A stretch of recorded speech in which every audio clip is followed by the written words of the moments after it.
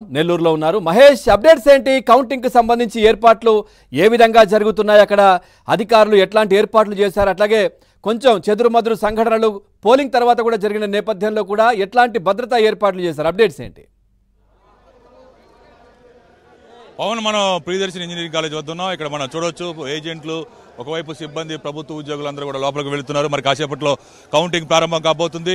ఉమ్మడి నెల్లూరు జిల్లాలో 10 నియోజకవర్గాలు ఎవరు గెలుచుకోబోతున్నారు, అలాగే తిరుపతి పార్లమెంటు, నెల్లూరు పార్లమెంటు ఎవరికి రాబోతున్నాయనేది తీవ్ర ఉత్కంఠ నెలకొంది. మరి కాసేపట్లోనే ఫలితాలు వెలువడే అవకాశాలు ఉన్నాయి. ఒక్కొక్కటిగా ఎవరికి విజయం వరిస్తుందో చూడాలి. మరి అయితే ఇక్కడ చూస్తున్నాం ప్రియదర్శిని ఇంజనీరింగ్ కాలేజ్ దగ్గర మొత్తం కూడా నెల్లూరు లోక్సభ పరిధిలోని నెల్లూరు సిటీ, నెల్లూరు రూరల్, ఆత్మకూరు, కావలి, ఉదయగిరి, కందుకూరు ఈ 7 కాన్స్టిట్యున్సీల ఓట్లు లెక్కింపు జరుగుతుంది. అలాగే తిరుపతి జిల్లాకు సంబంధించి తిరుపతి పార్లమెంటు పరిధిలో ఉన్నటువంటి మరొక కాన్స్టిట్యున్సీ సర్వేపల్లి కాన్స్టిట్యున్సీ కూడా లెక్కింపులు ఇక్కడ జరుగుతున్నాయి.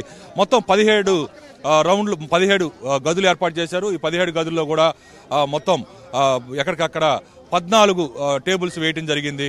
సాయంత్రం 6 గంటల లోపల పూర్తి ఫలితాలు నెల్లూరు లోక్సభ అలాగే మిగిలిన అన్నీ కూడా ఇస్తామని చెప్పి ఈసీ చెబుతుంది. అలాగే ఇక్కడ అధికారులు ఉన్నారు. సార్, ఎలాంటి చర్యలు తీసుకున్నారు? ఎంతమంది సిబ్బంది పాల్గొంటున్నారు? నేను చెప్పకూడదు. మొత్తం మీద పోలీసు సిబ్బందిని కూడా భారీగా ఏర్పాటు చేశారు. దాదాపు జిల్లాలో 130 సమస్యాత్మక గ్రామాలు గుర్తించారు. ఈ గ్రామాలు ఎక్కడ ఎలాంటి అవాంఛనీయ సంఘటనలు జరగకుండా ఎస్పీ ఆరిఫ్ గారు మొత్తం కూడా పెద్ద ఎత్తున చర్యలు చేపట్టడం జరిగింది. మొబైల్ పార్టీలను కూడా ఏర్పాటు చేసి గ్రామాల్లో తిప్పుతూ ఉన్నారు. ఎవరైనా కానీ చట్ట వ్యతిరేక కార్యకలాపాలకు పాల్పడినా, దాడులకి అలాంటి వాటికి తెగబడినా కూడా, రెచ్చగొట్టే విధంగా పోస్టింగ్లు చేసినా కూడా కఠిన చర్యలు తప్పవని పోలీసులు హెచ్చరిస్తూ ఉన్నారు.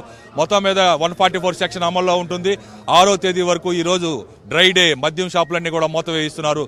ఎక్కడ ఇప్పటికే చాలా ప్రాంతాల నుంచి నెల్లూరుకి నాయకులందరూ కూడా, పలు పార్టీల నాయకులు, అభ్యర్థులతో పాటు నాయకులందరూ కూడా చేరుకోవడం జరిగింది. వాళ్ళందరూ కూడా హోటల్లో బస్ చేసి హోటళ్ళ వద్ద ఉన్నారు. ఈ ఎవరు గెలుస్తారు అనే దానిపైన మొత్తం మీద పెద్ద ఎత్తున చర్చ జరుగుతున్నటువంటి పరిస్థితి ఉంది. నెల్లూరులో ఇప్పటికైతే టీడీపీ అయితే ఏకంగా 10కి 10 సీట్లు కూడా గెలుచుకుంటామని ధీమా వ్యక్తం చేస్తున్నటువంటి పరిస్థితి ఉంది. 20 ఏళ్లగా గెలుపు అనేది లేనటువంటి నెల్లూరు రూరల్, నెల్లూరు సిటీ, సర్వేపల్లి, ఆత్మకూరు ఈ 4 కాన్స్టిట్యున్సీలో కూడా ఈసారి మనం టీడీపీ కైవసం చేసుకోబోతుందని చెప్పి వాళ్ళు ధీమా వ్యక్తం చేస్తున్నారు. మరోవైపు వైసీపీ కూడా అదే ధీమాని వ్యక్తం చేస్తున్నటువంటి పరిస్థితి.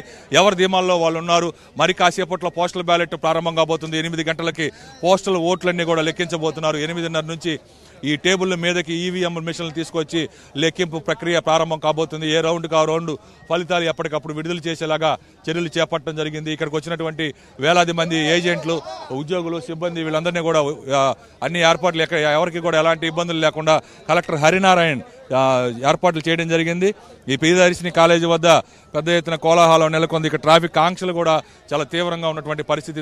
దాదాపు 1.5 కిలోమీటర్ దూరంలోనే వాహనాలన్నీ కూడా నిలిపివేశారు. అక్కడి నుంచి ప్రత్యేక వాహనాలు ఏర్పాటు చేసి వీళ్ళందరినీ కూడా తరలిస్తున్నారు. ఎవరికైతే ఐడెంటిటీ కార్డు ఉందో వాళ్ళని మాత్రమే లోపల పంపిస్తున్నారు. అలాగే సెల్ ఫోన్లు, డిజిటల్ వాచీలు ఇలాంటివి ఏవి కూడా రాకుండా చూస్తున్నట్టు, ఎవరు కూడా తీసుకోబోకూడదని చెప్పి పెన్నులు కూడా లోపల తీసుకెళ్లకూడదని చెప్పేసి ఆంక్షలు విధిస్తున్నటువంటి పరిస్థితి.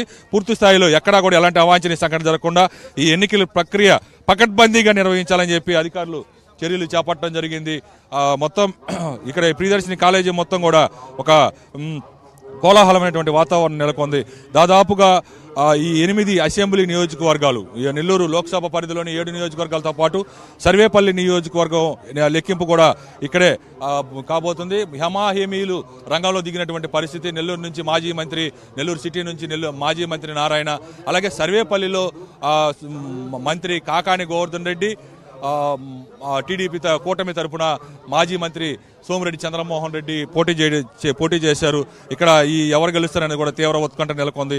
అలాగే ఆత్మకూరులో ఎమ్మెల్యే మేకపాటి విక్రమరెడ్డి మీద ఆనం రామనారాయణ రెడ్డి, చాలా సీనియర్ నేత, గతంలో ఆత్మకూరు నుంచి గెలిచినటువంటి అభ్యర్థి ఆయన ఆనం రామనారాయణ రెడ్డి అక్కడ పోటీలో దిగడం జరిగింది.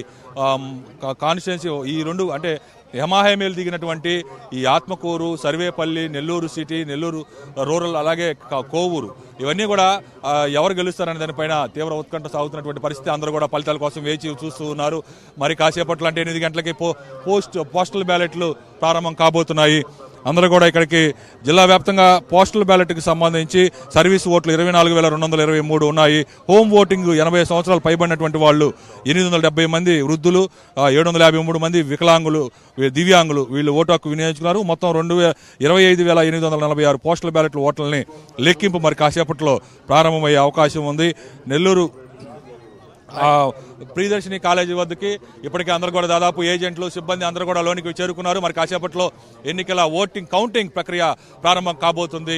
8 గంటల నుంచి పోస్టల్ బ్యాలెట్, అలాగే 8:30 నుంచి మామూలు లెక్కింపు ప్రక్రియ కొనసాగే అవకాశాలు ఉన్నాయి. 9:30, 10 గంటల కల్లా ఫలితాలు ఒక్కొక్కటిగా బయటకు వచ్చే అవకాశాలు కనిపిస్తున్నాయి. ఇది ఇక్కడ పరిస్థితి. Over to studio. Thank you Mahesh, thanks for the updates. ఇక ఆంధ్రప్రదేశ్ సార్వత్రిక ఎన్నికల నేపథ్యంలో కూడా 3,30,30,000